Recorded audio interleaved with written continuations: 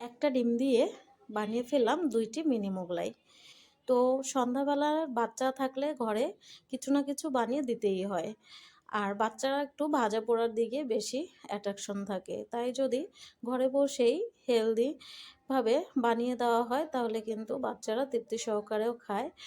তো আমার মেয়ে আবার ডিম খায় না, তো আমি আগেও কয়েকটা ভিডিওতে বলেছি, তাই আমি ডিম দিয়ে তাকে কোনো না কোনো নাস্তা দেওয়ার চেষ্টা করি। আজকে দিয়েছিলাম মোগলাই করে, একদমই সিম্পলভাবে 5 মিনিটে ঝটপট বানিয়ে দিয়েছিলাম মিনি মোগলাই।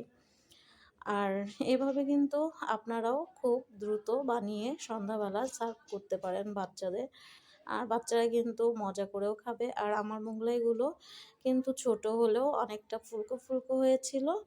আর একটা ডিম দিয়ে আমার 2টো মোগলাই হয়েছিল, তো একটা আপনাদের ভেজে দেখালাম কেমন হয়েছে। আর এরপরে আমি তেল থেকে নামিয়ে নিয়ে মোগলাইগুলোকে কেটে সস দিয়ে মেয়েকে পরিবেশন করেছিলাম। তো কেমন হয়েছে বন্ধুরা অবশ্যই জানাবেন। একটা ডিম দিয়ে বানিয়ে ফেললাম 2টি মিনি মোগলাই। তো সন্ধ্যাবেলার বাচ্চা থাকলে ঘরে কিছু না কিছু বানিয়ে দিতেই হয়। আর বাচ্চারা একটু ভাজা পোড়ার দিকে বেশি অ্যাট্রাকশন থাকে, তাই যদি ঘরে বসেই হেলদিভাবে বানিয়ে দেওয়া হয় তাহলে কিন্তু বাচ্চারা তৃপ্তি সহকারেও খায়। তো আমার মেয়ে আবার ডিম খায় না, তো আমি আগেও কয়েকটা ভিডিওতে বলেছি, তাই আমি ডিম দিয়ে তাকে কোনো না কোনো নাস্তা দেওয়ার চেষ্টা করি। আজকে দিয়েছিলাম মোগলাই করে, একদমই সিম্পলভাবে 5 মিনিটে ঝটপট বানিয়ে দিয়েছিলাম মিনি মোগলাই।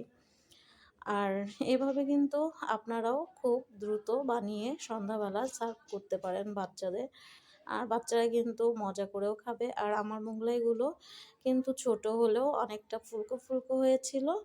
আর একটা ডিম দিয়ে আমার 2টো মোগলাই হয়েছিল, তো একটা আপনাদের ভেজে দেখালাম কেমন হয়েছে। আর এরপরে আমি তেল থেকে নামিয়ে নিয়ে মোগলাইগুলোকে কেটে সস দিয়ে মেয়েকে পরিবেশন করেছিলাম।